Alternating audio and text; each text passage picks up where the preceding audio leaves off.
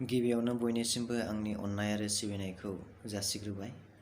आंनि मुङा फुंखा मुसाहारि, गामि सिंगिमारि, जिल्ला क'क्राझार। आरो आङो दायो 27 बैसोआव दावबायगासिनो दङ। दान बे समाव आंबो खन्थाइ मुलुग इउटुब चेनेलनि खन्थाइ बादायलायनाय हाबाफारियाव बाहागो लानो थाखाय आवगायबाय। खन्थाइनि गुबै आयदायानो जादों अननाय। फै जों अब्ला दान्दिसे खोनासंनि। अननायनि इसाराया गोबां दं, नाथाय गासैबो बे मोनसे अननायानो। जायनि अननाया गोथौ सागोर बायदि, बिनि साननाया जेब्लायबो दैमु बायदि। नोङो बिखौ थोजासे दुखु हो, थेवबो बावगारगोन बियो, अननाया बिनियाव दंब्ला दान्दिसेनो।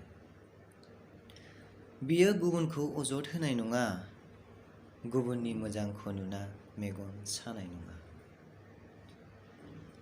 जाय सुबुंनाव गोथार गोसोनि अननाय दं, बियो बयखौबो आंगो सानना लायो।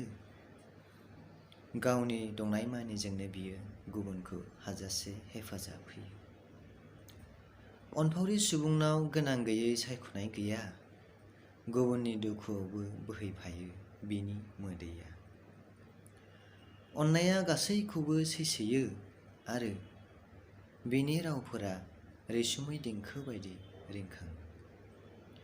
जायनाव गोथौ अननाय दं, बिनि गोसो गोरबोनिफ्राय जेब्लायबो दैमुनि निजोरा बायदि बोहैफ्लायो गोथार गोसोनि गोथार अननाया।